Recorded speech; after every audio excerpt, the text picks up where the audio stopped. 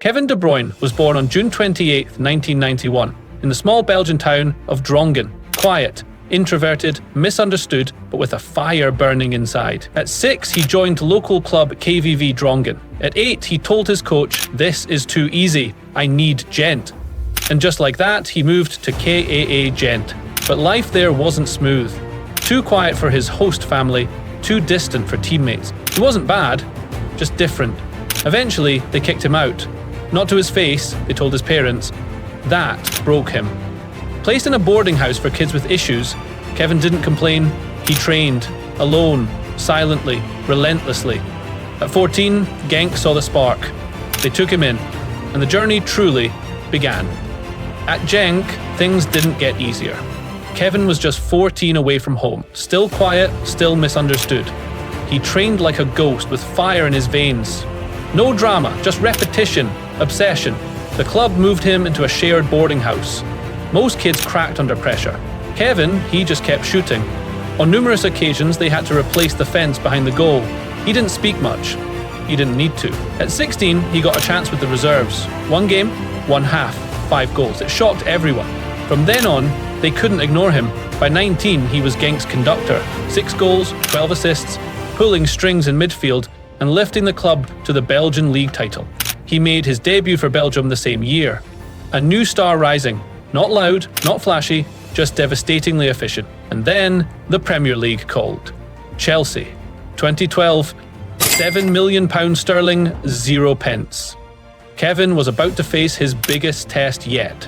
The bright lights, big egos, and the silence of being ignored.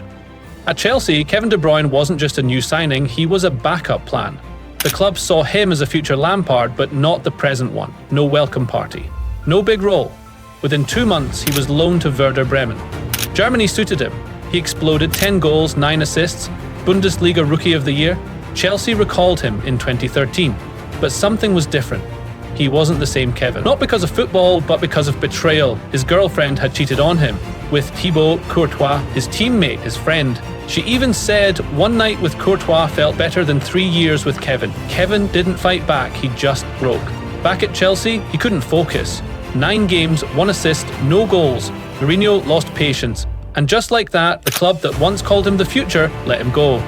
In January 2014, sold to Wolfsburg. Discarded, humiliated, heartbroken. A career hanging by threads. But Kevin wasn't done. Not even close. Wolfsburg wasn't glamorous. It wasn't London. But it was exactly what Kevin needed. A place to rebuild, out of the spotlight, out of the noise. And in Germany, he met his unlikely mentor, himself. No one handed him anything. No one promised him glory. So he built it, pass by pass, match by match. In the 2014-15 season, Kevin played 51 games, scored 16 goals, and delivered an absurd 28 assists. Not flashy, not theatrical, just lethal efficiency. He read the game like a grandmaster, always 3 steps ahead. Wolfsburg finished second in the Bundesliga. Kevin won the German Footballer of the Year. But the biggest change? Off the pitch. After the emotional wreckage of Courtois and his ex, Kevin found someone new, someone real. He was so shaken, he couldn't even message her himself. His friends had to help start the conversation. That woman became his wife, his anchor, his turning point. Kevin De Bruyne, the boy once kicked out of a host family for being too quiet, was now Europe's most wanted midfielder. And once again, the Premier League came knocking. But this time, it wasn't Chelsea. August 2015, Manchester City paid €76 million, 0 cents, a British record, to bring Kevin De Bruyne back to the Premier League. To many, he was still Chelsea's reject. To City, he was the future. To Kevin, it was redemption. In his first season, he delivered. 16 goals, 13 assists, and a clear message. I never left, he just never looked. But everything changed in July 2016. Pep Guardiola arrived, a football philosopher, a perfectionist, and he saw in Kevin something rare. Vision, precision, rhythm.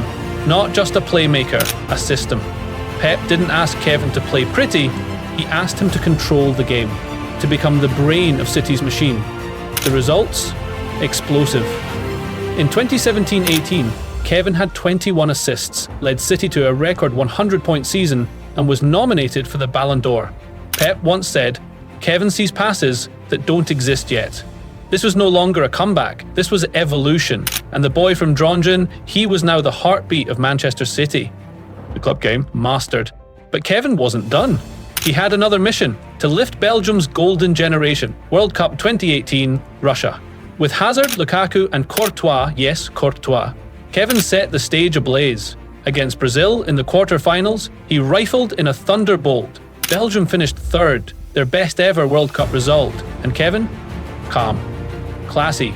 World class. But 2019 reminded him, glory comes with a price. Injury struck, a torn ligament, months out. For most it's a pause. For Kevin it was a challenge. He came back in 2019-20 like he never left. 13 goals, 20 assists, equaling Thierry Henry's Premier League record. Every season that followed he hit double digits in both goals and assists. A machine in midfield. But not just stats. Rhythm, tempo and intelligence. And then came 2022-23, peak De Bruyne. 7 goals, 18 assists in the Premier League, 2 goals, 7 assists in the Champions League, 1 goal, 4 assists in the FA Cup. Result? The treble Premier League, FA Cup, Champions League. Kevin wasn't just part of history, he conducted it. By 2023, Kevin De Bruyne had nothing left to prove. He'd conquered England, carved his name into Europe and become the greatest midfielder of his generation. His vision wasn't just elite, it was surgical.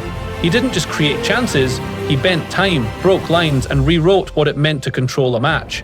But even heroes fade.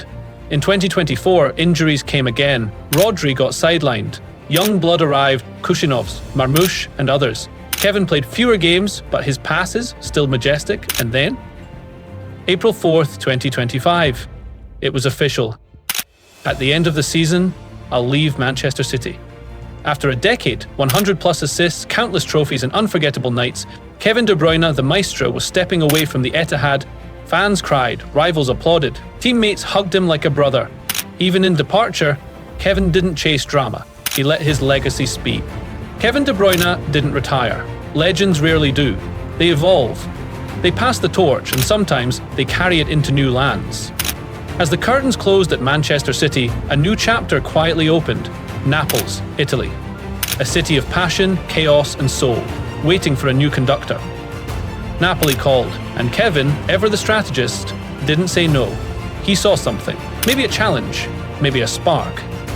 Because even after a decade at the top, Kevin still wants more. Not more fame, not more trophies, more meaning.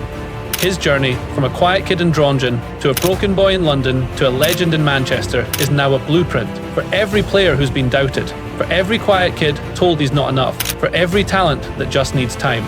Kevin De Bruyne reminded us, you don't need noise to be great, just vision and courage.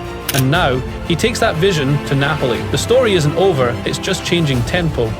If Kevin De Bruyne's story moved you, even just for a moment, don't forget to hit that like button.